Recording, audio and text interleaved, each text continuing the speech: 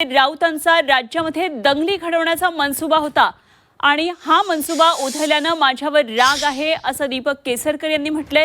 शिंदेंची बाजू मांडल्यानं ते राग काढत आहेत आणि खरात प्रकरणात दीपक केसरकरांनी हे प्रत्युत्तर दिलेले आहे। खरात प्रकरणावर सध्या दीपक केसरकरांवर आरोप होत आहेत। संजय राऊत यांनी टीका केलेली आहे आणि या संदर्भात आता दीपक केसरकरांनी प्रत्युत्तर दिले आहे।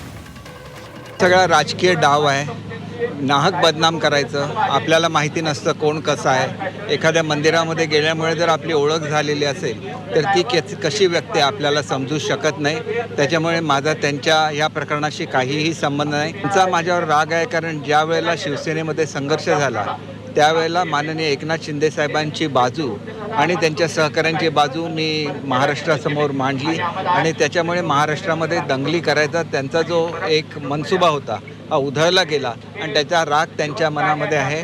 मी हे समजू शकतो, पण माझा काहीही संबंध नसताना सातत्याने माझं नाव घेणं हे चुकीचं आहे।